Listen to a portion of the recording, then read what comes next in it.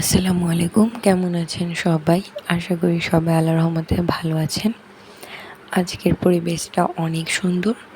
আজকের আকাশটা তো আরও ভীষণ সুন্দর। তো আমি বারান্দায় এসে তো একেবারেই অবাক হয়ে গিয়েছিলাম। তো খুব সুন্দর রোদ আর মেঘ সব কিছু মিললে একদম অসাধারণ একটা পরিবেশ ছিল। বাচ্চার খিচুড়ি বসিয়ে দিয়ে আমি আসলে বারান্দায় গিয়েছিলাম আরেক চুলায় ভাত। আর আজকে আমি রান্না করে আপনাদেরকে দেখিয়ে দিব এই চিংড়ি মাছের বড়া।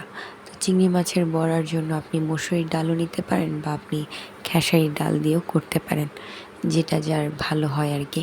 তবে অনেকে বুটের ডাল তারপরে অন্য ডাল দিয়ে খায়, আমার সেটা ভালোও লাগে না আর আমি কখনো খাইও নি। তো যাই হোক, এখানে আমি চিংড়ি মাছ ছোট ছিল, চিংড়ি মাছের খোসাগুলোকে বেটে তারপর ডাল বেটে মরিচও বেটে নিয়েছি।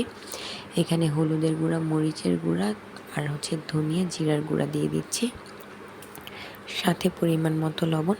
আর পেঁয়াজ আপনি চাইলে বেটেও দিতে পারেন বা আপনি এরকম কুচি কুচি করে দিলে ভালো, বেশি কুচি না, মোটা মোটা থাকবে পেঁয়াজটা, ভেতর থেকে একটু হয়ে আসবে যখন আপনি বড়াটা ভাজবেন, তারপর দেখবেন খেতে খুবই মজা লাগে। তো ঘ্রাণটা খুব সুন্দর চলে আসছে।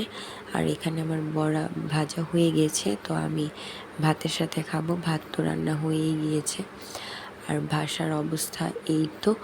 আর আমার বাচ্চা কাচ্চারা একজন জেগে আছে, আরেকটা ঘুমাচ্ছে।